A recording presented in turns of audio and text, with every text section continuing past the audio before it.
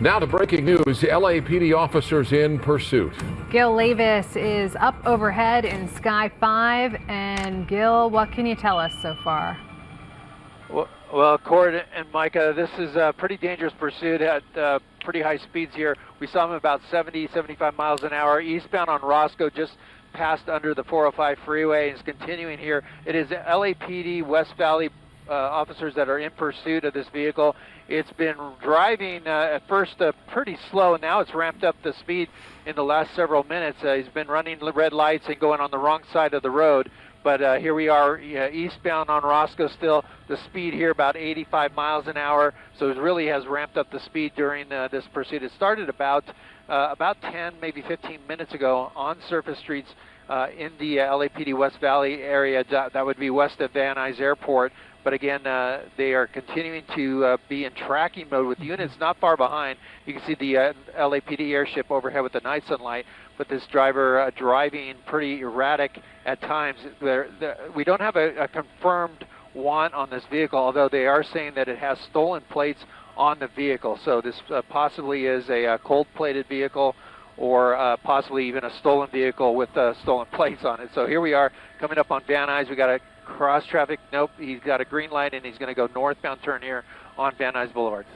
All right, so you've got this car and LAPD tracking it from the air, and the officers on the ground are some distance away. I understand initially they were in full-blown pursuit mode. This driver moving too quickly, too erratically on surface streets, so the idea is to back off and hope that the suspect slows down.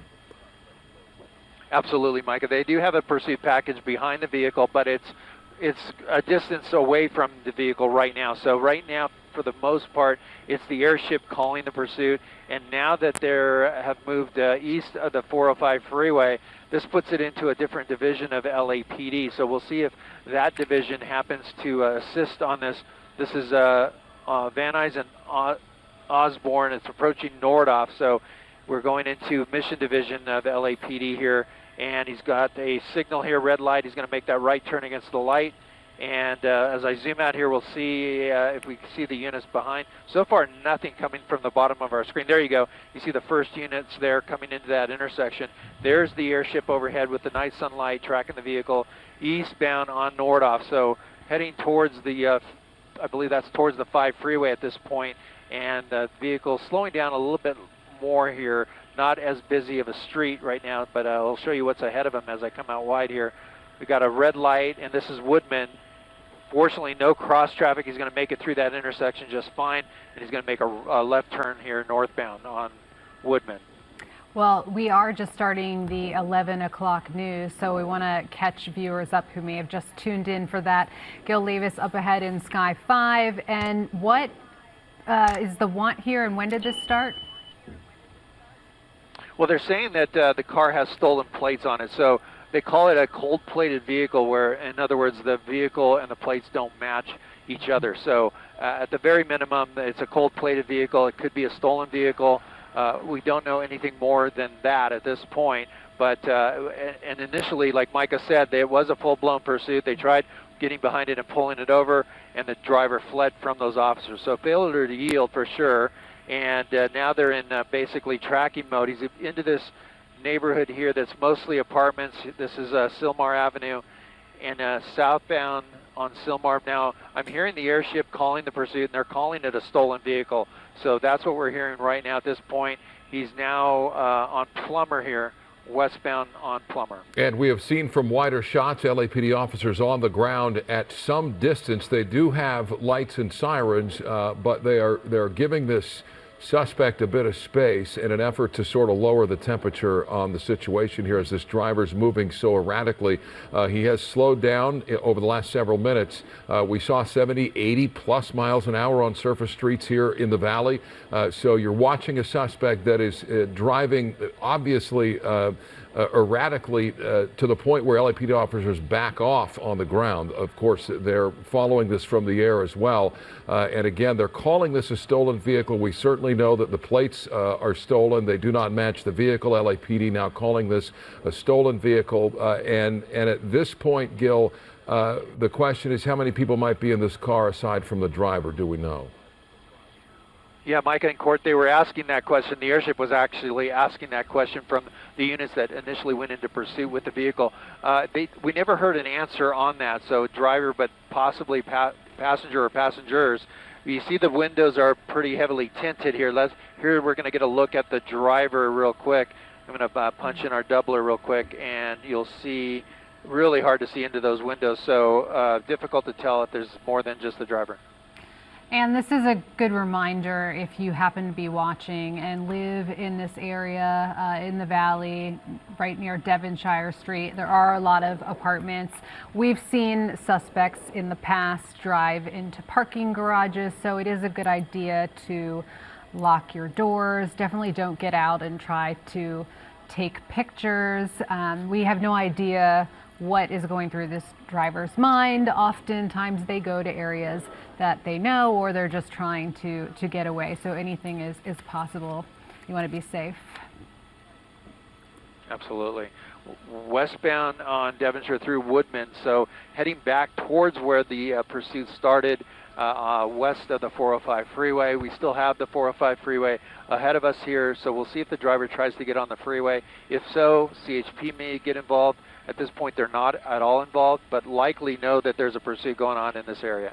Yeah, and you see the high speeds continue. If we're tracking that correctly, north of 80 miles an hour on surface streets, not something you ever want to see, particularly in a pursuit situation when there's such desperation on the part of the suspect trying to get away. I mean, he's gone through a number of red lights. They're making a right turn on a red, but with enough space and thin enough traffic at this hour to where, you know, the cross traffic isn't going to be as thick, obviously, as it would be during rush hour, during dusk, in the early evening. As we're in the 11 o'clock hour now, the streets are becoming more and more open, obviously, with passing minutes here into the night. But LAPD, again, on this from the air, as this suspect seems to want to stay on surface streets, Gil, and you know, oftentimes they'll get on the freeway and run.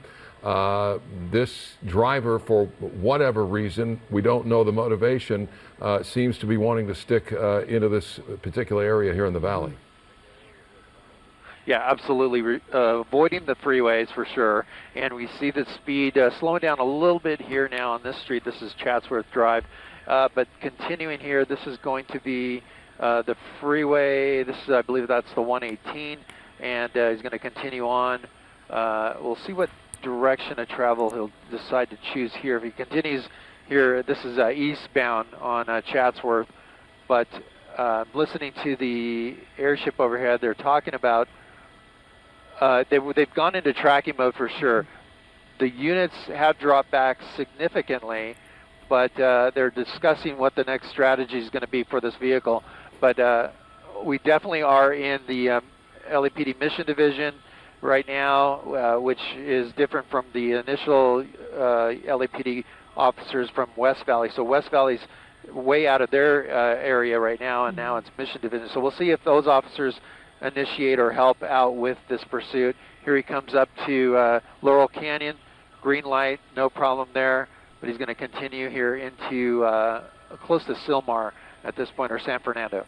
Gil, it seems as if the spotlight from the LAPD airship disappeared before it was tracking that car, which I think is helpful for anyone who is driving on the road right now nearby this driver, because you can at least get a heads up that something is happening if you see that spotlight. Does that have to do with them changing divisions or figuring out what the game plan is? No, not really. I think they've taken the light off of the vehicle, and that helps with the pursuit speed.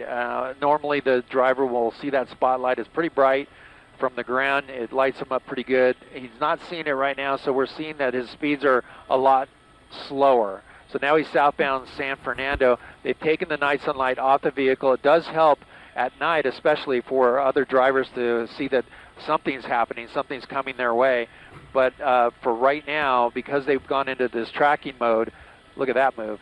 They decided to pull the night sunlight off, but they're still overhead keeping an eye on the vehicle. Yeah, and the danger escalates a bit for the motoring public, because without the lights and sirens behind them and without the night sun, there's really no way for drivers to know what may be coming up behind them. And you see a driver in a desperate situation like this, swerving. We just saw 30 seconds ago, he blew through another red light. So he obviously is motivated to continue to run and do so in dangerous fashion. Which again is going to put other drivers at risk, and you know, you don't ever expect to see something like this, but without the heads up of the lights, the sirens, or the night sun, it becomes more dangerous for everyone. Absolutely. You see the airship there in the screen, the car at the upper right-hand corner. He passed a LAPD squad car that was at that light. He rolled right through that right turn. But so what they're doing right now is solely tracking mode only. They don't have units directly behind it at all, but they are going to keep an eye on it to see if the driver decides to slow down, feel comfortable enough to get out and maybe run or go to a place where they're used to or you know, they recognize as maybe their home or their apartment or somewhere like that that they're comfortable with, to jump out and know the area better. Here we go up to an intersection, red light. He's going to go left turn from the right lane. Fortunately, no one there. This is Laurel Canyon Boulevard again, so he's now southbound on Laurel Canyon, and airship is the only vehicle tracking it right now. Yeah, it's just really scary driving out there at night when people aren't in a pursuit, and that's why it's so important to have kind of like defensive driving, just because if you're leaving here at KTLA at midnight trying to drive the freeway, there are Speedy Gonzaleses all over the freeway, and it's so nerve-wracking to, you know, have cars just fly by you like that. We just hope, you know, every time we watch one of these pursuits that, you know, the driver's not going to do anything that causes harm to any other people. And Gil, I know you were with us on that PCH worst case scenario with the kidnapped kids, and when he just slammed into that truck, and we were just shocked, and we don't want to see anything like that. We don't. We definitely don't. Now, the technique here, or the tactic, I should say, from the LAPD is to take the night sun off the car, keep tracking it, and have the units pull off. But like Michael was saying, the light really does help let people know that, hey, there's something's coming their way. But notice here, he just ran that red light very casually, just went right through that red light. We saw him make that left turn from a right-hand lane. So the driver really isn't behaving or following. There's another example right there, a car in the intersection, he blew right through the red light. So the driver's still driving erratic, and so they may at some point here re-engage on the driver to try to stop it. Now, early on they talked about spike strips. There was an officer that was in a position to get that spike strip out, but the car turned a different direction. Wow, did you see that car? That was another red light, and that car almost hit the pursuit vehicle. So boy, very dangerous, and we may see LAPD re-engage here because of the way he's driving. They pull off so that in hopes that the driver will calm down, slow down, obey the traffic lights, and not speed. But this driver, it's not really working on this driver. Not happening, no. Still tracking him at 60, 70, for a moment there, 80 miles an hour. 3 or 4 red lights in the last 2 minutes, and that's just in the last 2 minutes. This has been going on for 25 minutes now on the surface streets in the San Fernando Valley. Again, these are stolen plates. LAPD calling it now a stolen vehicle. Unclear how many people might be in that vehicle aside from the driver. Hard to say with the tinted windows, and hard to really get much of a read on the motivations of this driver, aside from obviously trying to get away and lose law enforcement, but where is he headed? What's his MO here? You know, there's been plenty of space on the ground, as Gil's been reporting. LAPD officers on the ground have dropped back considerably, so it gives this person or people in the car, frankly, an advantage. If they try to foot bail and there's nobody on the ground in the area, it gives them a potential edge in trying to slip it, if you want to call it that. But shake law enforcement. The driver just continues to go, and obviously without the night sun, he may or may not know if he's being followed in the air. It is very difficult in the daytime to track a helicopter from a car, even one with a glass roof, let alone a Honda like this, obviously, that limited visibility upwards. And if they don't have the night sun on, for all we know, he may think that he has lost law enforcement, but continuing to run anyway. So we wait, law enforcement waits and continues to track it from the air. LAPD officers, Gil, you can bet there's a large number of officers in the area. Obviously not visible to this driver, but ready to move in very, very quickly if the watch commander says to go for it. Yes, absolutely. All the officers are aware. You know, whenever there's a pursuit that breaks out, what you hear on the scanner is a dispatcher that says all units on all frequencies stand by. There's a pursuit. So all units on all frequencies will hear this pursuit throughout the LAPD coverage area, so that they all know that there's a pursuit, especially if it comes into their particular area. So they do all know about it. They do know that they're in tracking mode, and like that one officer that was at that intersection that was stopped there did not engage in the pursuit. That when the guy rolled the right-hand turn on the red light, he did not put his lights and sirens on and get behind him.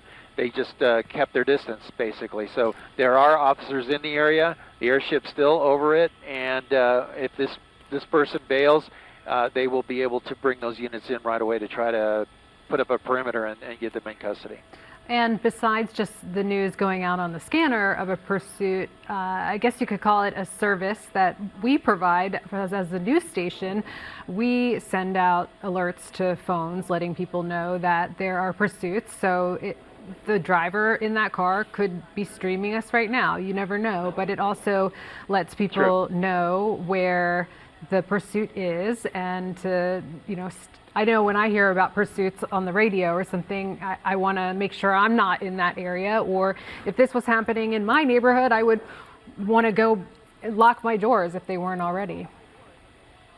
Right, and you should. You know, right now we're here at Kester Avenue and Broadmoor. Look at the cars partially blacked out here, so it might be looking for a place to bail. Here's a cul-de-sac. He turned down the wrong street. Oh, he hit some trash cans. Right there, he hit the trash cans. This might be it for them. Here comes the driver out right now. I don't see anybody else jumping out.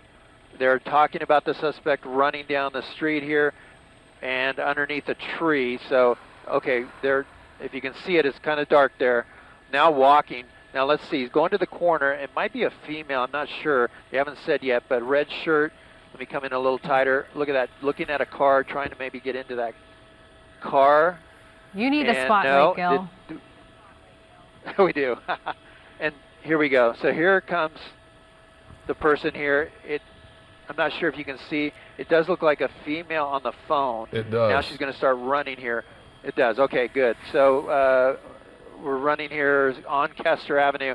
I hear the airship directing officers into the location here right now, but looks like she's looking into other cars there for an opportunity maybe to get in there, hide, or take the car. But looks like she's on a cell phone and slow moving here. I'm going to come out wide. She has a Is that her flashlight light on, maybe on her phone. phone? There's the airship. Yeah, Possibly. So we'll see. We should be seeing units coming shortly here. Yeah, I hear them talking about units coming northbound, and there's the night sunlight on the suspect there. So they're calling in that, there we go. Here's the first officer coming up, and she's going to be taken into custody underneath the tree. Yep, just like that. And fortunately, you saw the way this person was driving. I mean, 20, 25 red lights on surface streets that this driver was blowing through at 80 miles an hour in some cases. So much good fortune happening here for so many people driving, innocent people on the road. The way this person was driving, it's up, and then now someone is running. Gil, what's happening there? It looked as though they had the suspect in custody. Did she run? No, I believe they have her in custody, but they were talking about possibly someone else coming out of the vehicle. The vehicle's there, crashed into that trash can, but they're talking about the cul-de-sac. They're going to want, I think, okay, so what they're doing is they want to clear the vehicle to make sure no one else is in there. It didn't appear like it, but they want to make sure they're going to set up for a felony stop on the vehicle. You can see the officers with their guns drawn. They're going to make call-outs to the vehicle to make sure if there's anybody in there or not, and then they'll finally approach it with a team of officers to clear it. But I believe the driver is in custody. They had her underneath that tree, but the airship, out of an abundance of caution, wanted them to come over here and clear the vehicle because they took their eyes off the car while the woman was running down the street. Right. It looks as though the car, from what we can tell, is unoccupied at this point. Law enforcement confirming that. The driver, the suspect, the primary suspect, in custody after leading officers for a good 30 minutes on surface streets across the San Fernando Valley, turning into this cul-de-sac and plowing into a row of garbage cans, and that ended that. She jumped out of the car and started walking, and 2 or 3 minutes later, law enforcement moved into the neighborhood. They now have the suspect, appearing to be a female, in handcuffs tonight.